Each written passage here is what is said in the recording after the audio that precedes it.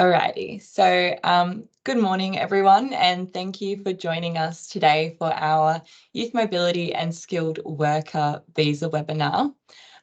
So my name is Nicole and I am the Membership Engagement Manager here at the Australia-UK Chamber of Commerce. And for those of you that don't know, the Australia-UK Chamber of Commerce is a membership organisation located here in Australia House. And our role is to facilitate collaboration, connect our members and inform. So we have about 150 different member organisations from a variety of different industries, sectors. And we inform our members through events. So, for example, just last week, we held a young professional reception here in the exhibition hall of Australia House, which saw about 160 different people in the room, all connect. And I know some of you on this call would have also joined us there. So hello to you guys. And also other ways that we inform our members is through webinars. So exactly like the one we're doing today. And we're very excited to have Vanessa Ganguin Immigration Law, one of our member companies, to partner with them for this webinar today. So today's webinar will be in two parts. So the first part will talk to the changes that have occurred with the Youth Mobility Visa, which has come about due to the free trade agreement between Australia and the UK. And the second part of the webinar will talk to the skilled worker visa changes that are taking place in April. And also talk to alternative routes that might be of interest to you guys, especially if you're up to the conclusion of your youth mobility visa. So for some general housekeeping for today's webinar as well, obviously it will be recorded, so we will provide you with a link to access the recording later today, as well as some other information and the contact details from Vanessa Ganguin Immigration Law. We'll also provide the cameras and your audio is automatically switched off and it will remain this way for the duration of the session. And the session will also be 45 minutes long, and then we'll allow 15 minutes at the end for questions.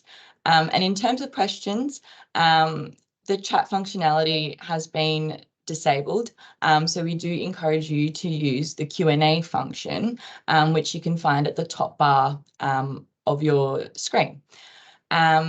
Cool. So now I'll introduce our speaker for today, who is Ross Kennedy. And so Ross Kennedy is a senior client manager from Vanessa Ganguin Immigration Law.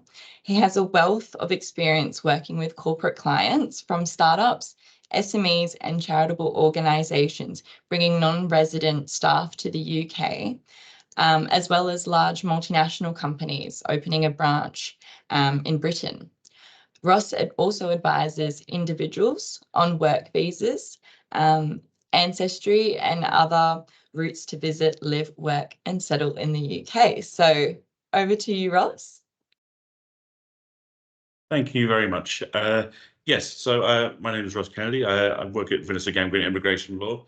We are a niche immigration practice and we deal with most of the range of UK immigration and nationality applications, primarily focusing on corporate and business immigration and on personal immigration applications, whether that's work visas, study visas, family visas, and so on. Moving on quickly to the reason why you're all here, I'm going to share my screen so we can all see the slides. Hopefully you can see that. So what we're going to be looking at today, as Nicole said, we're going to start off with the Youth Mobility Scheme. We are going to be looking at the way that currently works and at what is changing, more importantly for you guys. Sponsorship is the main long-term visa route for the UK, and it's what most of you will move on to when your youth ability comes to an end if you want to stay in the UK. And there are some significant changes coming up for that, so it's very important to understand what those are. And then we'll have a look at some of the alternatives to the main sponsored work routes in case any of you are eligible for those and they're more beneficial for you. So the youth mobility scheme, many of you will already be familiar with this. You'll already be on this visa in some cases. Certain nationalities are able to qualify. It's aimed at young people, obviously, for youth mobility, aged between 18 to 30 in most cases. There is a financial requirement that you need to meet for your visa application, and you can't have any dependent children aged under 18 who live with you or are financially dependent. Big difference now for Australians is that as a result of the free trade agreement, the age cap has increased and you can now apply until you reach the age of 35. You are also able to have one further year on top of the initial 2 years in the UK under the Youth Mobility Scheme. The way that works in practice is that the original visa is still issued for 2 years, but you can make that extension application in the UK when you come to the end of that period. So the practicalities for a lot of you for youth mobility extensions, you have to make an extension application while you are here in the UK, and you need to make it while you've still got permission as a youth mobility migrant. The Home Office says you should make the application in the final 28 days of your current permission, although their guidance document does go on to say that that's not actually mandatory. You can apply earlier. Although if you were to apply significantly early, you would probably find that you at the very least confuse the Home Office. So you probably want to leave it until later in your permission to make that application if you can.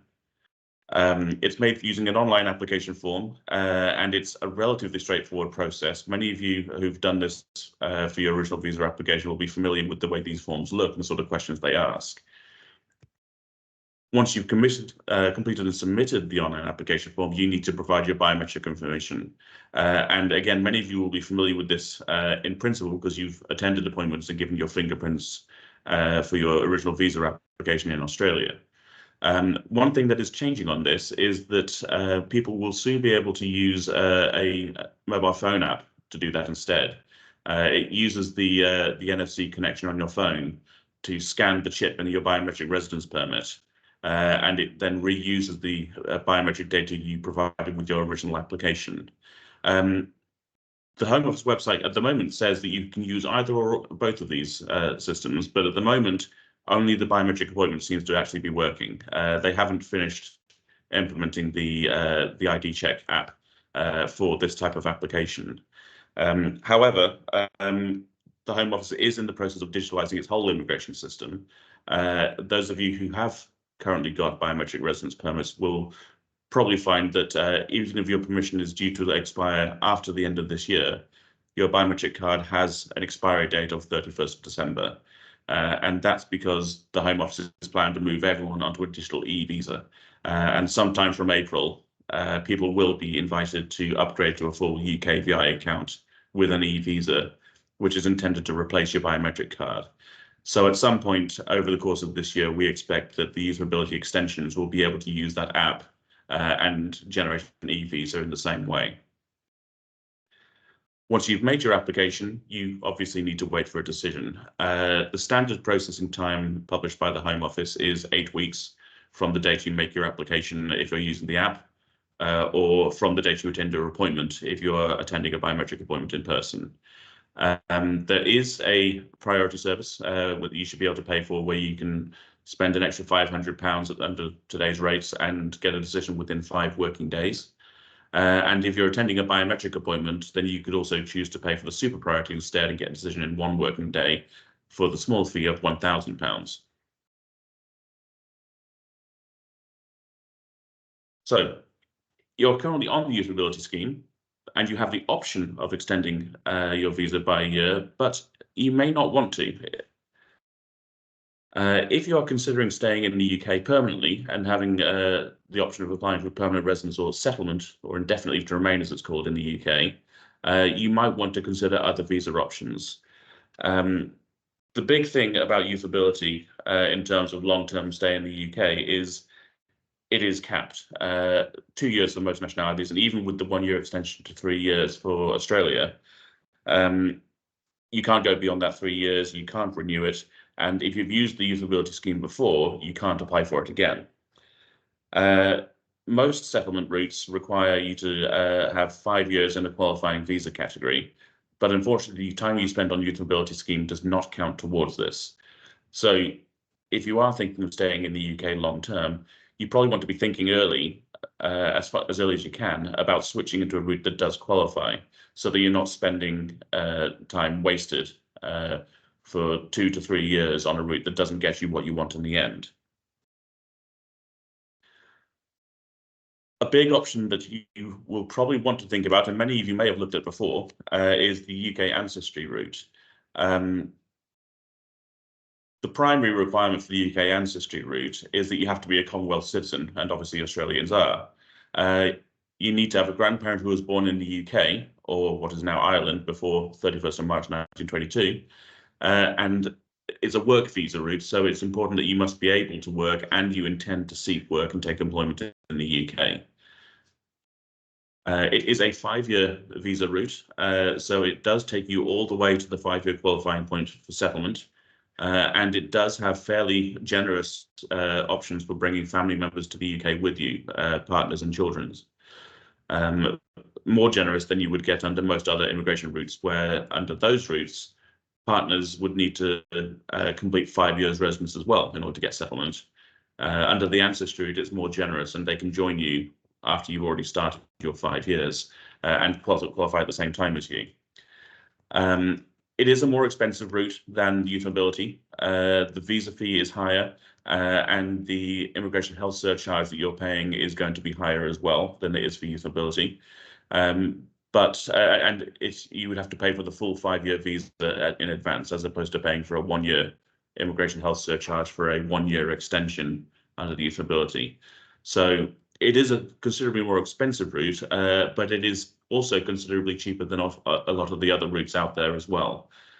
So it is something that is definitely worth considering, and it does have some of the most generous provisions for Commonwealth citizens in the UK. Biggest downside of this route, however, is that it is one that you need to apply for outside the UK in a country in which you're able to live. So for most of you, that would probably mean going back to Australia to make this application, which is a pretty significant downside. So sponsorship, if you're not eligible for Ancestry visa, is the main route for coming to the UK in order to work. There are a number of categories under this route, but the primary thing is that you need to be sponsored by a UK employer which holds a valid sponsor license issued by the Home Office. Skilled worker is the main route. There are over 100,000 licenses held by companies in the UK under the various categories available. Of those, about 85,000 or so, as of last month's statistics, were skilled worker licenses. Skilled worker is a route to settlement after 5 years, and it primarily means that you're going to be working for your employer for that period. You can move employers by making further applications, but as long as you are a skilled worker, you'll be restricted to working for your sponsor at any given time. Global business mobility is a similar route, but it's intended for short-term transfers from overseas companies to sister companies or parent companies or subsidiaries in the UK. It's capped at 5 years normally, although you can have longer if you're a high earner, but it doesn't lead to settlement. Scale up is a new category. It's very generous in terms of workers, and it's cheaper than skilled workers. It is a route to settlement, and it is quite useful if you qualify for it, or more importantly, if your employer qualifies for it. It is quite a difficult one to qualify for as a company, but we'll come on to that one shortly. In order to be sponsored, once your employer has a license, you need to meet certain requirements. Mainly, you have to be working in a skilled occupation, which is In the case of skilled workers, you have to be working at RQF level 3, which is broadly speaking a level or high school level of skills. For global business mobility, you need to be working, and for scale up, you need to be working at RQF level 6, which is broadly graduate skill level. That doesn't mean that you have to have qualifications at that. You just need to be doing a job which is deemed to be operating at that sort of level. So if you have no degree, but you have 20 years of experience in the field, you can qualify for the visa on that basis. There are also minimum salary thresholds that apply to all of these visas. You need to meet the higher of whichever threshold is going to be applicable in any situation. There is always going to be a general threshold for the category. And then for the job that you're going to be doing, there will be specific going rates applicable to that job so that you're not undercutting resident workers. You're going to be paid in line with the average going rates for that. And then there's a minimum hourly rate as well. But you need to meet the higher of whichever of these rates is applicable in your case. And there are fees obviously involved with this. The sponsor has to pay to get the license, then they have to pay to sponsor you. In the skilled worker category specifically, there is also an immigration skills charge, which they have to pay for each year that they're sponsoring you in advance. That is at the moment £364 a year if you're a small sponsor, or £1,000 per year if you're a large sponsor. So that's for a large sponsor looking to sponsor you for the full 5 years to take you to settlement. That is £5,000 straight out of the gate. There are going to be the visa application fees as well, which vary between about £600 or £700 up to about £1,500, depending on the type of role you're doing and how long you're being sponsored for. And then there is the immigration health surcharge.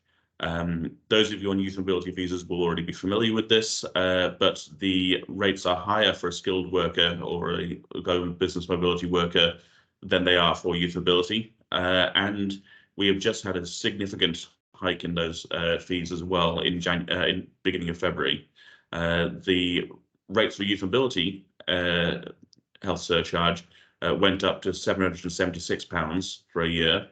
And for other types of visas, the rate is now £1,035 per year, up from £624, which is about forget the percentage difference, but it's a significant hike.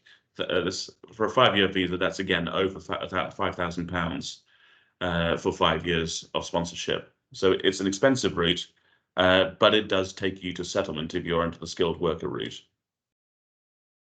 So the changes coming next month, we're expecting the rules to be announced formally next week, but we do already have certain information about how things are going to be working.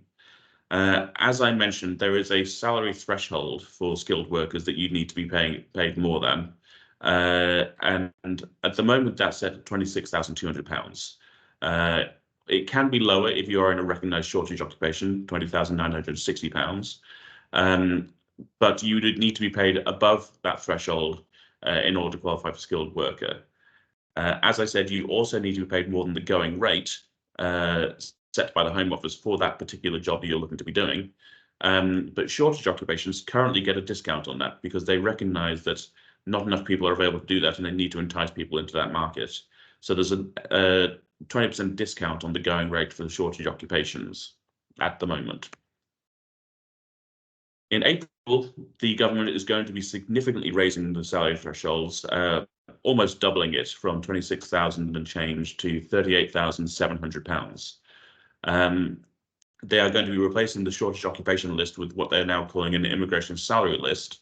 And that threshold will also be increasing from 20,960 to 30,960, which is still a 20% discount on the main salary threshold.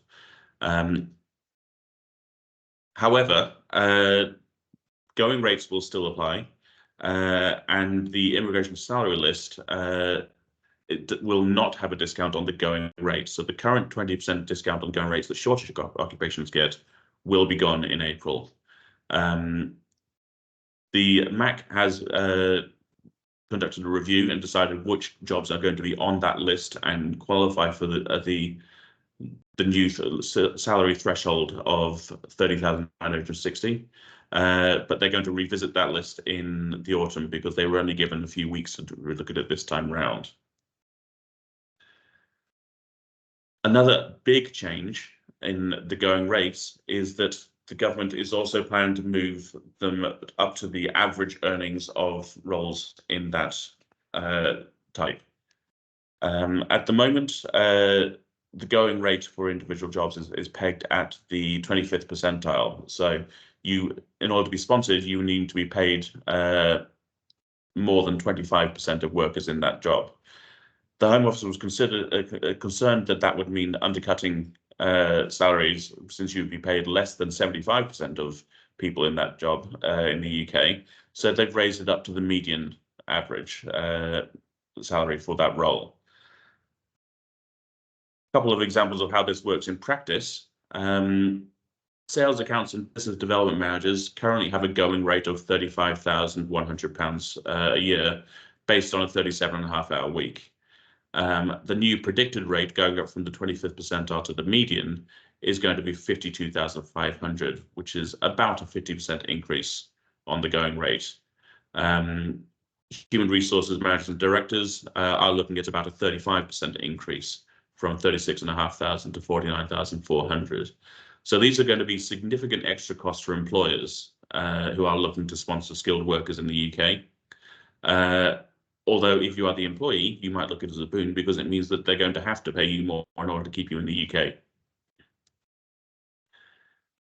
The immigration salary list, which is replacing the current shortage occupation list, as I mentioned, the Home Office, the Home Secretary asked the Migration Advisory Committee, their external advisors, to conduct a review of what was going on that list, and they announced it last week. With the current list, it's considerably shorter than it was. It's gone down for about 55 occupations, down to about 21 occupations. They are going to be doing a full review in the autumn, however, when they've got time. The new salary threshold is the 30,960 if you are in a job that is on that list. However, many occupations which were on the previous list did not make it onto the new list. They are still generally recognised as shortages in the UK, but because their median salaries under the new increase to the 50th percentile are higher than the general threshold would be, and you have to pay the higher of whichever rate is applicable, whether that's the new threshold or the new going rate, having a lower threshold would not benefit these people because they'd have to pay the median salary anyway. So these have dropped off the list and they don't get any discounts.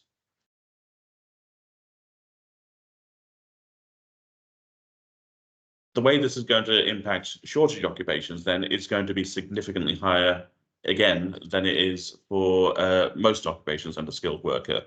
Looking at a couple of examples, these two IT sector codes are currently on the shortage occupational list, which means that their going rates have a 20% discount, and skilled workers can be paid lower than the normal going rate for that job.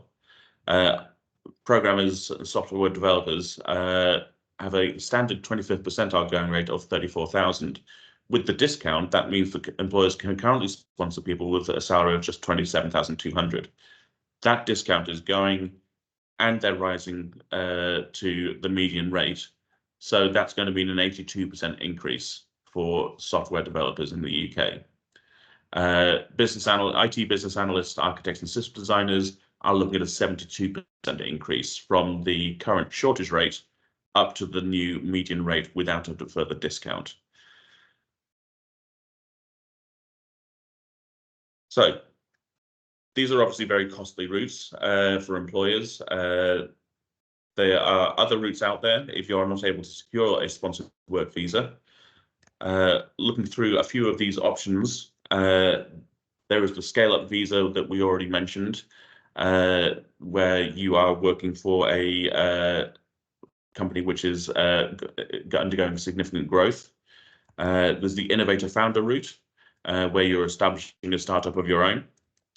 Global Talent is for world leaders in their particular sector. Global Business Mobility, as I mentioned, is a short-term visa route, sponsored visa from people working for companies overseas coming to the UK to fill a role on a temporary basis. High potential individual is for graduates of top international universities who are coming to the UK. And the family route is for people who have British partners and they are looking to come to the UK on that route, British or Irish or settled partners. So the two non-settlement routes that we were just looking at, global business mobility, as I mentioned earlier, is a non-settlement route. It doesn't let you stay in the UK permanently. It is subdivided into senior and specialist worker for people coming to the UK normally for up to 5 years to fill a particular role, and that's the most common global business mobility route. Graduate trainees is for people on a established graduate recruitment program and development program. UK expansion worker is for companies overseas who are setting up in the UK for the first time. Service supplier and secondment workers are relatively new routes where overseas employers are sending people to the UK temporarily to assist in providing a service or in receiving a service from UK companies. The high potential individual visa, as I say, is for people who've been awarded a bachelor level or above qualification from a top university overseas in the last 5 years. The important thing is to check whether or not your university was on the list at the time that you qualified, that you got your degree. It is a 2-year visa, similar to the Youth Mobility, 3 years if the degree was PhD level. You can bring family to the UK, but it is a non-settlement route. So it is only going to be a limited time, and then you would need to be thinking about other options to stay in the UK longer term. Moving on to the settlement routes, where you will have the option to be able to stay in the UK long term. Scale Up, as I mentioned before, is a sponsored route that allows companies to sponsor you if they meet the strict requirements. They are quite hard to meet. Companies need to have annualized growth over the course of the last 3 years of at least 20%. That can either be in growth in turnover or in growth in number of employees. If a company has not been operating for long enough to have growth of that duration, if the company's only been operating a couple of years, for example, there isn't a separate route for endorsing a company as a scale-up, where you pay a fee to an endorsing company and they assess you. But there are significant extra things you would need to show, such as investment in research and development in the UK, as well as being on track for annualized growth. The key requirements are not dissimilar to skilled worker in that there is a minimum skill level, although it is a higher level, and there is a minimum salary threshold. The current threshold is higher than the current skilled worker threshold, but it's lower than what they've announced the new threshold for skilled worker is going to be. They haven't announced any changes to this threshold yet, so it remains to be seen whether or not that's going to change as well. But they haven't announced anything, so we're hoping it's going to stay the same, but it doesn't make sense in many cases to be able to come in as a scale-up at a cheaper salary threshold for a more skilled role. The way that scale-up works in practice is that you're initially sponsored for 2 years, and then you can have a 3-year extension. You are sponsored by the company for the first visa, but you only have to work for them for at least 6 months. You could work for them for longer, of course, but you don't have to. And during that time and after that time, you are also allowed to undertake any other work you want in the UK, including being self-employed. And that's the big difference from scale-up and skilled worker, is that skilled worker, you have to work for your employer, and you can't work for another employer except under very strict limited circumstances. Scale-up is a much more flexible category for employees, so it's very beneficial for individuals. And from the employer's perspective, it's a cheaper route. There's no immigration skills charge. The visas are cheaper. Health surcharge is the same, sadly, but it does mean that they have a shorter period when they are directly responsible for the employee as a sponsor, which makes their compliance much easier for employers.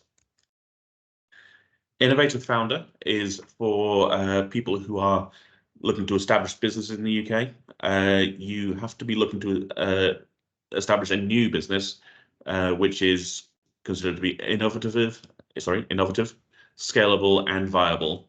And you need to be endorsed for that. There are a set of 3 or 4 endorsing bodies that you can apply to, and they will go through your business plan and decide whether or not that they believe you meet those requirements. It is initially a 3-year visa. You can extend it if you do need to and you haven't met the requirements for settlement yet. But settlement is available after 3 years. So that's 2 years quicker than most other visa categories, which need 5 years. Global talent is a very useful category and quite a hard one to qualify for. You need to be a world leader or a potential world leader in your particular field. And there are certain sectors out there covered, academia, research, arts and technology, and so on. And there are particular endorsing bodies out there. So unless you hold a qualifying prize, and for that we're talking about the level of Oscars and BAFTAs for film and TV, or we're talking about sort of Nobel Prize or something like that for research. Unless you hold a qualifying prize, you need to be endorsed by one of those governing bodies. So for technology, that would be TechNation. For arts and culture, that would be the Arts Council England, and so on. The visa can be applied for up to 5 years, and it can be extended indefinitely, and it does lead to settlement in the UK. If you are identified as a world leader, you can qualify for settlement in 3 years. If you are identified as a potential world leader, you can qualify in 5 years. And then there is the family route. So this is for individuals joining their British or settled partner or spouse, and that includes Irish citizens who are able to stay in the UK without any restrictions.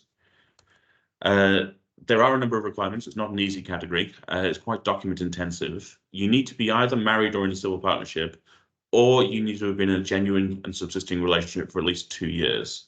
That used to require actual cohabitation for those 2 years, although they have backtracked on that a little bit now, and it is slightly easier than it was. At the moment, the salary, you also need to be able to show that you can support your family in the UK, and you need to have a minimum income through employment, self-employment, dividends, non-employment income such as rental income and things like that. The minimum income you need to show at the moment is £18,600 a year, although you would need to show further income if you've got any non-British children who are coming to the UK with you. However, that is another area where the government is trying to crack down on immigration and raising the salary thresholds. So that's going to be increased next month to £29,000 a year. And they have announced that there are going to be further increases in autumn and next spring, which is going to bring it in line with the new skilled worker threshold of 38,700. So the big thing to take from all of these changes that are coming, and both under the skilled worker route and the family route, is if you are looking to make an application, you should definitely be considering trying to get the application in before the rule changes in April, so that you can meet the easier thresholds. Particularly if you're an employer who's looking to sponsor someone in the UK or looking to bring someone to the UK to work, because it'll be cheaper for you because you don't have to pay as much. For you as individuals, you might want to wait until after the rule changes and try and get some more money out of your employers. But it does make it potentially harder and more expensive for them to sponsor you, which could mean that it's harder for you to actually convince them to sponsor you. Under the family route, the big difference between this and skilled workers is that it's a separated application process. The duration for your initial visa is 2.5 years, or 2.5 years plus 3 months if you're applying from overseas. And then you have to do an extension for another 2.5 years, which all combined should take you to the 5 years that you need to get to qualify for settlement. So that is another way of qualifying to stay in the UK permanently and being able to continue living and working in the UK. So don't know if we have any particular questions at the moment. Might hand back to Nicole. Yeah, thank you so much, Ross, for all that insightful information, and good to know there's a variety of different alternative routes for those looking to settle here in the UK. So in terms of questions, the first one was from Jess, and she asked if the slides will be shared. So at the start of the webinar, I sort of outlined that we will be providing the recording of the webinar, as well as additional information from Vanessa Ganguin in a follow-up email. So that is all good. And we had a question come in from Rebecca. So Rebecca's asked, I'm assuming that if you're encouraged to apply for the extension, so I'm assuming this is the youth mobility visa she's talking about, 28 days before, and it could take up to 8 weeks for the application to be returned, you're able to still legally stay in the UK while the visa application is pending, but you wouldn't be able to leave the UK while you're waiting. That is correct, yes. So the way UK immigration law works in general is that as long as you make a valid in-time application before your current status expires, then your current status is automatically extended and stays the same while your application is under consideration, and until any appeal rights that you have against any refusal have expired as well. So you will be able to stay in the UK and continue living and working under the same conditions as your current visa. But again, as you say, yes, you would not be able to travel, because if you leave the common travel area, which is the United Kingdom, the Channel Islands, and the Republic of Ireland, leaving the common travel area means that you are withdrawing your application. So yes, don't travel once you put the application in. Mm-hmm. Thanks, Rebecca, for that question, because you answered my one as well. And so another question we had just came in from Lee. So they've asked, is there any routes to bring parents over after achieving settlement? Again, that's a yes and no question, unfortunately. The yes, once you've acquired settlement, there is a route to bring adult dependent relatives to the UK. However, it is extremely difficult. The requirements are very, very difficult to meet. You need to be able to show that your parent has care needs which cannot be met in their country of residence, whether that's because they're not available there or because they're completely unaffordable there. And that includes if you were to send them money. So if it's available there, but you could pay for it from here, the Home Office would expect you to pay for it from here, and they can stay where they are.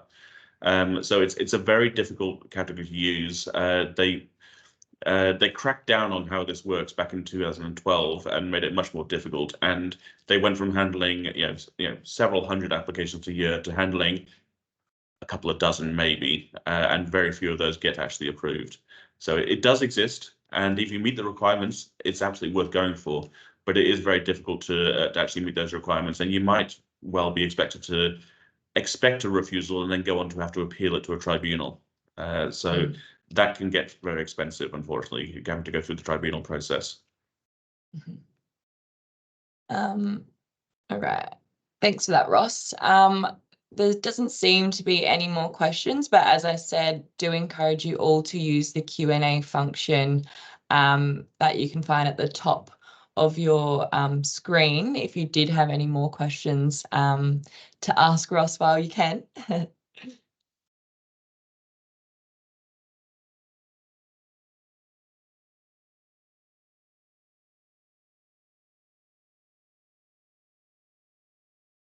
All right, so we've got one more question come in from Bo. So Bo's asked, what happens if you get a skilled worker sponsorship part way through your youth mobility visa? Can you switch?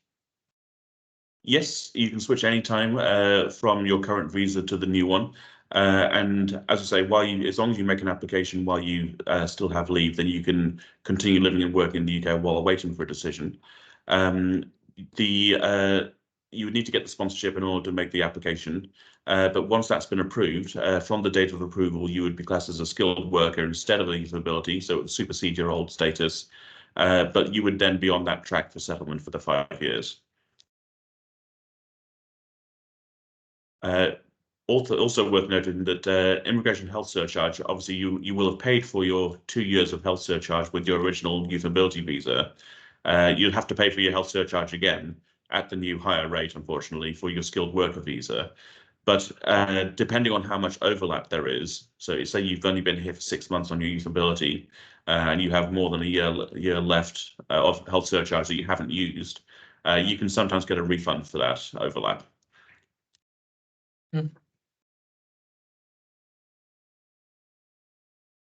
If there's no other questions, we did have some that were asked at the time people registered for this webinar. So I might just read one out. So someone's asked that they had the previous youth mobility visa, assuming they were under 30 in the 2-year visa route, but they were not able to stay in the UK for the full period because of COVID. Now that there have been changes, are they able to apply again?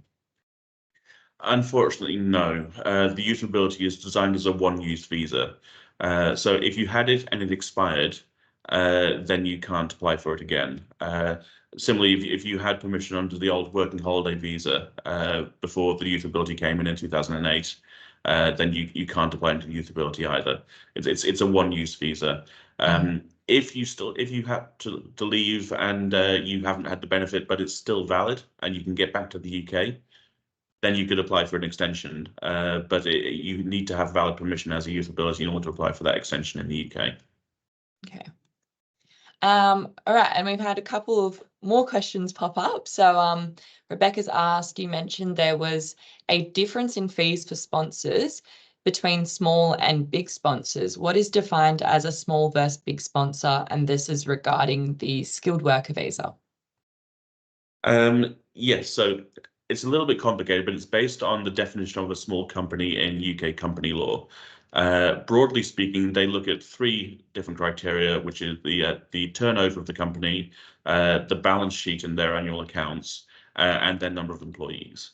If you meet 2 out of 3 of those criteria over the course of the last 2 years, then you would count as a small company.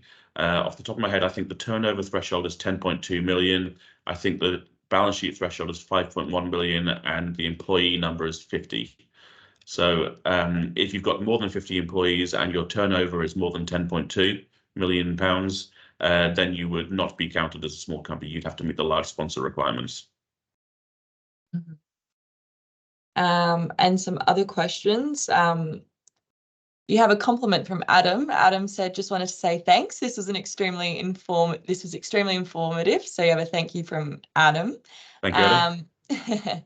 And Gemma has said, is there any chance of proving to the Home Office you were put on the wrong visa by your company? For example, if my company put me on the ICT visa, but I qualified for the skilled worker visa and I spent 4 years on the ICT visa and then 2 years on the skilled worker visa with the same company, could I somehow qualify for PR?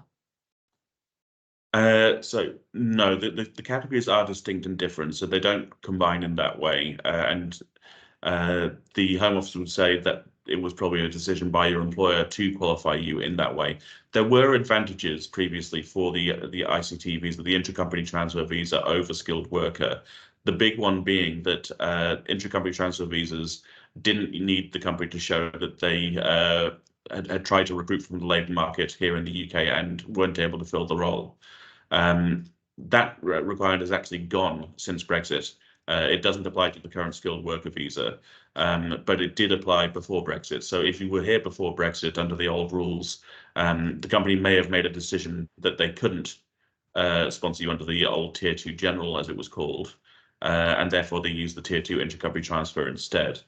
So the government isn't going to be able to let you put those 2 together and count that time. However, if you've spent 4 years already as intercompany transfer, you can count that in the long term towards settlement if you were going to apply under the long residence route. But the chances are that if you've already started your skilled worker visa, you're probably going to hit 5 years under the skilled worker before you get to that point. All right, and we've got another question from Emma. So So Emma's asked, would you pay less on the NHS surcharge extending via the youth mobility visa or moving to a sponsored working visa? So in the short term, yes, you would pay less for the youth mobility. The current rate for youth mobility for the 1 year extension is £776 for the immigration health surcharge. The rate for 1 year of skilled worker health surcharge is £1,035. And you're likely to be sponsored for more than 1 year, so you'd have to pay significantly more than that. However, if you are considering staying in the UK longer term and you want to get that route to settlement, you would have to move to that category eventually anyway, and you'd be looking at paying for £5,000 worth of health surcharge now versus paying £5,000 health surcharge later, plus the £776 you just paid for the extension. So it's worth considering your long-term plans. But yes, if you are still considering, you don't know whether you want to stay in the UK long-term or whether you might go back to Australia after finishing off the extension, then yes, the £776 is a cheaper route to do that. Okay, cool. If there's any more questions, feel free to ask them in the Q&A function. But I do feel like, oh, there's one that's coming through. Okay. Bo's asked, for the skilled worker visa, is it common for people to move between different sponsoring employers? For example, 2 years with company A and 3 years with company B, total 5 years and lead to settlement. Yeah, absolutely. The skilled worker visa is designed to allow that. So you might well be sponsored for 5 years with your initial employer, but then you get a job offer from a competitor and you want to move, and you would fill out the rest of your 5 years with them. So that is very common. And as I say earlier, with the switching from youth mobility to skilled worker, if there's an overlap with health surcharge you've already paid, you could be looking at a refund on the overlap as well. So you might end up having, you shouldn't end up having to be out of pocket too much for switching between employers. Mm-hmm. Mm-hmm. You would, however, need to wait for the decision to come through before you start the new job. Okay. All right, it doesn't look like any further questions have been asked. But as I did say, we will be providing the recording and also Ross's contact details for everyone. I do have another thank you note from Emma. And Emma's also asked if we'd consider holding another webinar around tax time. And how to correctly submit our taxes. So what I would say to that is, for anyone on this call, again, feel free to reach out to us at the Chamber. That's what we're here to do, is inform our members on a variety of different topics. So we're always here to listen to you guys and inform. So yes, we can consider that. Feel free to reach out to me. But and then later today, like I said, we will be sharing a thank you email with the rest of the information on today's session. But yeah, if there's no more questions, we might conclude that one there. And we will be in touch with you guys later today. So thank you everyone for joining, and have a lovely rest of your Thursday. Thanks.